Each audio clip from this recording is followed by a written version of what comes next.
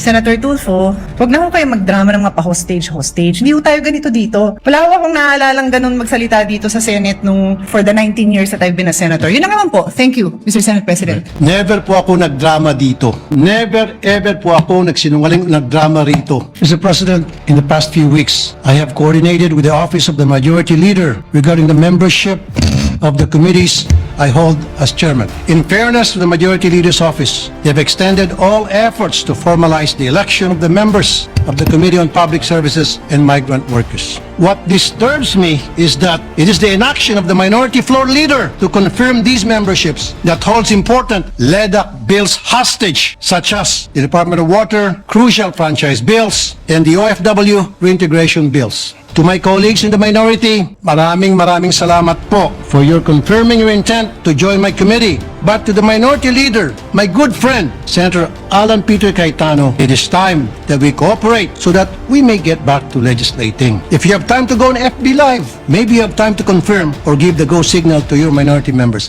Kasi Mr. President, pabalik-balik na po yung staff ko sa office ni Senator Peter Alan Cayetano para kumuha raw ng go signal nang sa gayon yung kanyang mga members ay may elect na sa committee ko. And all of them were saying we're more than happy and willing to sign, pero ayaw ni Senator Cayetano, Alan Cayetano. I don't know anong dahilan niya, bakit niya hino-hostage yung pagiging members ng kanyang mga kasamahan sa committee ko. Hino-hostage niya po yung mga LEDAC bills sa kanyang pagtanggi na bigyan ng go signal ang kanyang mga kasamahan sa minority para pumirma. Mr. President, sana makarating to kay Senator Alan Peter Cayetano. Kanina sana kausapin ko po siya, kaso wala po siya dito ngayon. Therefore, I have no choice para dalhin to sa floor. Maraming salamat, Mr. President. So, Mr. Senate President, actually, I don't really have to stand anymore because the Senate President already responded in the manner that I believe is becoming of the Senate.